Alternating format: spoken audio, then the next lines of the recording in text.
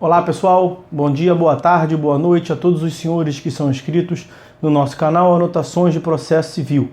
Se você ainda não é, eu sou o professor Arthur Vieira e depois que eu concluí o meu doutorado em Direito Processual, eu resolvi me dedicar a esses veículos de comunicação para que eu pudesse transmitir aos senhores conhecimento jurídico de qualidade e de forma gratuita. Aqui eu vou pontuar o meu e-mail de contato para que eventuais interessados possam estabelecer um contato mais direto. Inclusive, nós podemos eventualmente considerar a hipótese de publicar um artigo científico em conjunto, tá certo? Bom, gostaria de pontuar também com os senhores o nosso canal no YouTube. Se você ainda não é inscrito, basta clicar no ícone do livro que fica no canto inferior do vídeo para que você se inscreva. Sugiro também que você clique no ícone do sininho para que você possa ativar as notificações dos vídeos que são constantemente disponibilizados por aqui. Gostaria de apresentar também aos senhores a nossa plataforma acadêmica arturvieiracursos.com.br, arturvieiracursos.com.br, onde os senhores encontrarão cursos online de modo gratuito, inclusive com a emissão de certificado válido em todo o território nacional. Tá certo? Então, após a pausa, nós vamos tratar do vídeo de hoje. Olá, meus amigos. No vídeo de hoje eu quero tratar com os senhores da obra do professor Marco Antônio dos Santos Rodrigues, uma passagem da obra chamada Manual dos Recursos, Ação Rescisória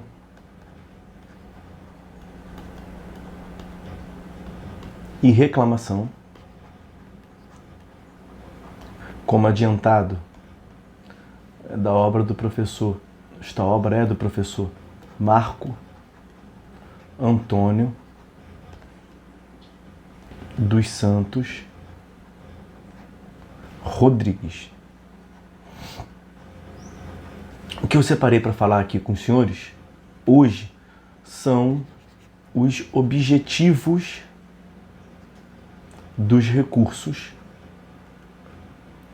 Nós falamos ainda há pouco na obra dele, analisando também a obra dele sobre o conceito de recurso. A ideia aqui é passar algumas abordagens do autor, com isso apresentar a obra, apresentar a linguagem do autor e estimular os senhores a procurar a obra, ter, portanto, uma indicação bibliográfica para os senhores.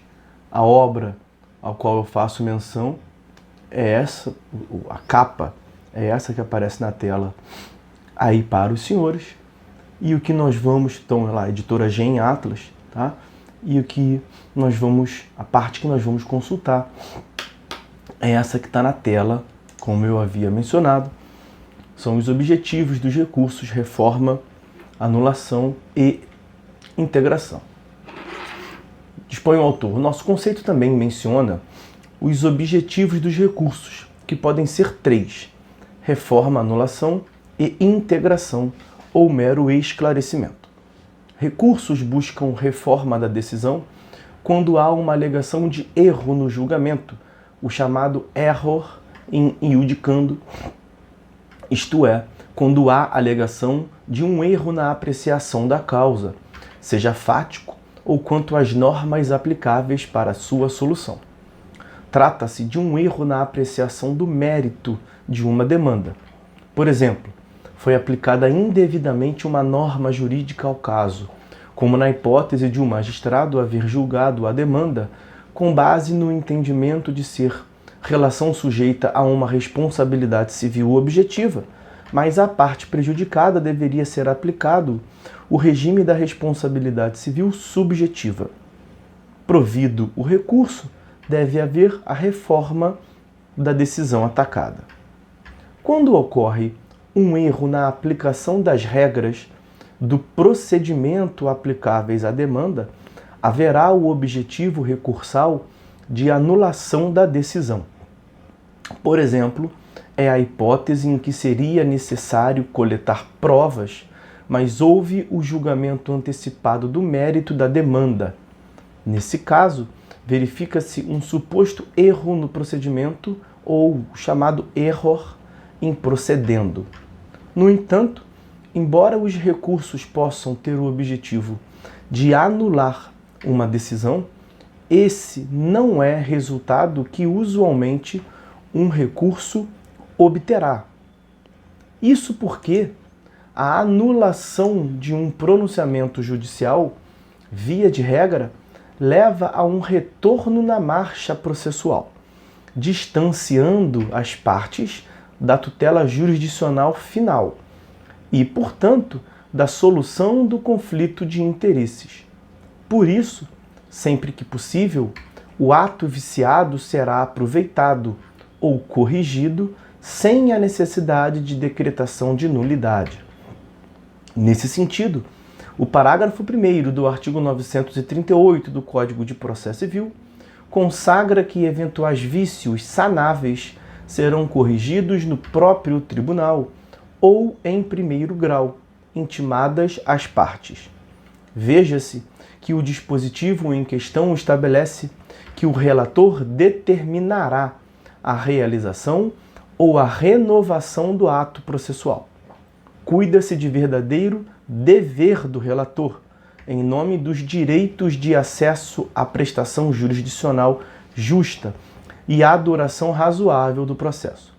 Seria verdadeiro atentado ao direito ao processo sem dilações indevidas a decretação de uma nulidade se o vício pudesse ser corrigido sem a necessidade de sua decretação.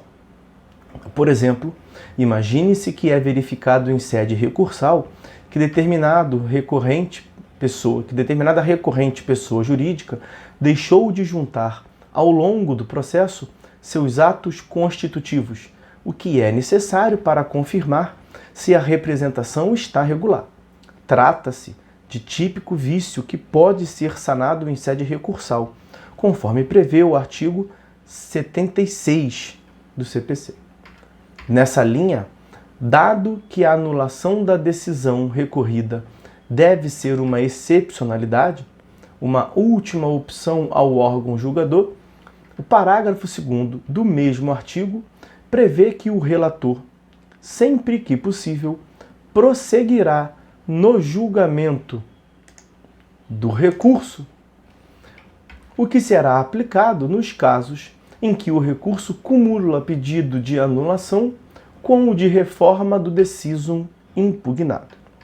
Registre-se que, mesmo em caso de ausência de produção de provas, que comumente leva à anulação da decisão atacada, sob a vigência do CPC de 73, no CPC de 2015, há a imposição de que o relator converta o julgamento em diligência, evitando a anulação por meio da produção da prova que não havia ainda sido coletada e cuja recusa levou à impugnação ao pronunciamento judicial. Então aqui, um parênteses, é mais uma hipótese em que se evita a decretação de nulidade. Se uma prova deveria ter sido produzida e não o foi, ao invés de reconhecer a nulidade, baixar os autos, ele abre, portanto, em diligência para a sanabilidade no próprio tribunal. Finalmente, a integração ou o esclarecimento. E aqui nós voltamos, portanto, às palavras do autor. O recorrente pode buscar, em face de qualquer decisão judicial, que ela seja esclarecida, o que pode levar a uma integração dessa decisão. Caso contrário, pode ser que a parte sequer tenha condições adequadas de cumpri-la. O recurso cabível para isso, que se analisará mais à frente, é o de embargos à declaração, embargos de declaração. E aí, consideração minha, os embargos de declaração, não apenas nesse aspecto, que o seu objeto é distinto, o seu objeto não é de reforma ou invalidação ou anulação, mas sim de esclarecimento, integração, como diz o autor. Os embargos de declaração, complemento eu, ele é todos os gêneros. Ele é exceção a quase todas as características dos recursos, como eu pontuo no curso em sala de aula com os senhores, tanto no curso online que eu tenho aqui com os senhores, quanto para os meus alunos presenciais, tá certo? Bom, então essas as considerações que eu queria fazer com os senhores, extraída dessa obra, professor Marco Antônio dos Santos Rodrigues, que foi membro da minha banca tanto do mestrado quanto do doutorado, professor de processo civil da UERJ, procurador do Estado do Rio de Janeiro, nós que abordamos aqui nesse vídeo os objetivos dos recursos, reforma, error em iudicando, erro quanto à conclusão, error em procedendo, erro no procedimento, e integração ou esclarecimento da decisão que for obscura ou omissa, contraditória, como veremos, como já vimos no curso, nos embargos de declaração, tá certo? Bom, então essas as considerações, vamos ficando por aqui. Por hora é só. Fiquem todos com Deus e até a próxima.